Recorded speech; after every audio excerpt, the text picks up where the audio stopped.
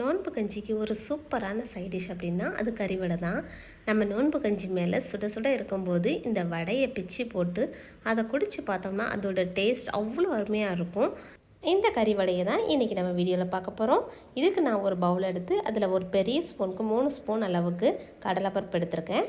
இது ஒரு 100 கிராம் அளவுக்கு இருக்கும். அது கூடவே ஒரு பெரிய ஸ்பூன் அளவுக்கு சின்ன சீரகம், அடுத்ததாக ஒரு பச்சை மிளகாய், இது எல்லாத்தையுமே ஒரு டம்ளர் தண்ணி ஊற்றி ஊற வச்சுருங்க. ஒரு அரை மணி நேரம் அப்படியே ஊறிக்கிட்டே இருக்கட்டும். நெக்ஸ்ட்டு ஒரு பெரிய மிக்ஸி ஜாரில் நம்ம ஊற வச்சோம் இல்லையா அந்த பருப்பு, அதோடு ஒரு ஸ்பூன் அளவுக்கு பெருஞ்சீரகம் போட்டு நம்ம கொருகுருப்பாக அரைச்சிட்டு வரணும். அதாவது நைஸாக அரைச்சிடக்கூடாது, ஒரு 2 சுற்று சுற்றினாலே போதும். அடுத்ததாக ஒரு 150 கிராம் அளவுக்கு மட்டன் கொத்துக்கறி வாங்கி வச்சுருக்கேன். அதை நல்லா வாஷ் பண்ணி எடுத்துக்க போகிறேன். எடுத்ததை இதையும் மிக்ஸி ஜாரில் போட்டு நம்ம அரைச்சிட்டு வர போகிறோம். எதையுமே நைஸாக அரைக்கக்கூடாது. இதோடையே சேர்த்து உப்பையும் ஆட் பண்ணிக்கோங்க, அப்போ தான் நல்லா சேர்ந்து வரும். இப்போ பாருங்கள், அரைச்சிருக்கேன். எப்படி கொஞ்சம் கொருகொருப்பாகவே அரைச்சிருக்கேன். அது கூட நறுக்குன குட்டி குட்டியாக நறுக்குன இஞ்சி, அதே மாதிரி குட்டி குட்டியாக நறுக்குன பூண்டு, ஒரு பெரிய சைஸ் பல்லாரி, இது எல்லாத்தையுமே பொடி பொடியாக நறுக்குனதை இதோட போட்டிருக்கேன். அடுத்ததாக ஒரு ஸ்பூன் அளவுக்கு வத்தல் பொடி, 1/4 ஸ்பூன் அளவுக்கு மஞ்சள் பொடி, ஒரு ஸ்பூன் அளவுக்கு கரம் மசாலா, அடுத்ததாக ஒரு 3 ஸ்பூன் அளவுக்கு அரிசி மாவு, இது எல்லாத்தையுமே சேர்த்து பிணைங்க போகிறோம். அதோட இது கூட மல்லிச்செடியும் புதினாவும் போட்டிருக்கேன். புதினா வாசனை பிடிக்காது அப்படிங்கிறவங்க ஸ்கிப் பண்ணிக்கலாம்.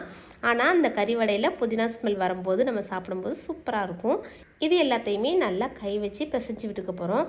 அப்படின்னா தான் நமக்கு வெங்காயம், அந்த புதினா, மல்லிச்செடி எல்லாமே எல்லா இடத்துலையும் ஒன்று போல் ஈவனாக பிசைஞ்சு வரும். இப்போ நம்ம பிசைஞ்சாச்சு. பிசைஞ்சது அப்படியே வச்சுட்டு நம்ம அடுப்பில் எண்ணெய் காய வைக்க போகிறோம். இந்த வடை செய்கிறதுக்கு நமக்கு நார்மல் வடை செய்கிறதுக்கு எவ்வளோ டைம் ஆகுமோ அதை மாதிரி தான் ஆகும். இன்னும் சொல்ல போனால் அதை விட ஈஸியாகவே முடிஞ்சிடும். ஆனால் டேஸ்ட்டுன்னு பார்த்தீங்கன்னா இந்த வடையை அடிச்சுக்க முடியாது. இப்போ நான் ஒரு சின்ன பால் சைஸ் எடுத்து அதை கையில் வச்சு நான் நம்ம நார்மலாக மசாலா வடை செய்வோம் பார்த்தீங்களா, அதை மாதிரி தட்டி எடுத்துக்க போகிறேன். இப்போ இந்த வடை எல்லாத்தையுமே ஒன்று ஒன்றா தட்டி நம்ம எண்ணெயில் போட்டுற வேண்டியதான். இந்த பால் சைஸ் நமக்கு மசாலா வடை மாதிரி பெருசாக இருக்கக்கூடாது, சின்னதாக தான் இருக்கணும். ஏன்னா நம்ம கறியை ஃபஸ்ட்டே வேக வச்சு போடலை. இந்த கறியை நம்ம கொத்துக்கறியாக வாங்கி அப்படியே அரைச்சி இப்போ பொரிக்க போகிறோம். ஸோ கொஞ்சம் சின்ன சின்ன சைஸாக போட்டால் தான் நமக்கு உள்ளே எல்லாமே நல்லா வெந்து வரும். இப்போ பாருங்கள், நான் எல்லாத்தையுமே இதே மாதிரி போட்டு எடுத்துக்க போகிறேன். இப்போ பொரிஞ்சதுக்கப்புறமா இதை அப்படியே இன்னொரு சைடுக்கு திருப்பி விட்டுக்கலாம். இந்த வடை நமக்கு நல்லா முருகலாக பொரிஞ்சு வரணும், அப்போ தான் டேஸ்ட்டு சூப்பராக இருக்கும். நமக்கு அப்படியே கறியை ஃப்ரை பண்ணி சாப்பிட்டா எப்படி இருக்கும் அந்த மாதிரி டேஸ்ட்டில் வரும். இப்போ எல்லா வடையுமே நமக்கு வெந்துருச்சு பாருங்கள், எல்லாமே நல்லா முருகிட்டு இதை நம்ம அப்படியே எடுக்க ஆரம்பிச்சிடலாம். எடுத்து தனியாக எண்ணெய் வடிகிறதுக்காக விட்டுடலாம். இப்போ எல்லாத்தையுமே மாற்றி எடுத்தாச்சு. இதே போல் அடுத்த பேட்சையும் லைனாக போட்டு போட்டு எடுத்துடலாம். சூப்பரான கறி வடை ரெடி ஆயிடுச்சு. இது நோம்பு கஞ்சிக்கு ஸ்பெஷலாக அதுக்கு தான் நல்லா டேஸ்ட்டாக இருக்கும். நார்மலாக டீக்கும் கூட சாப்பிடலாம்.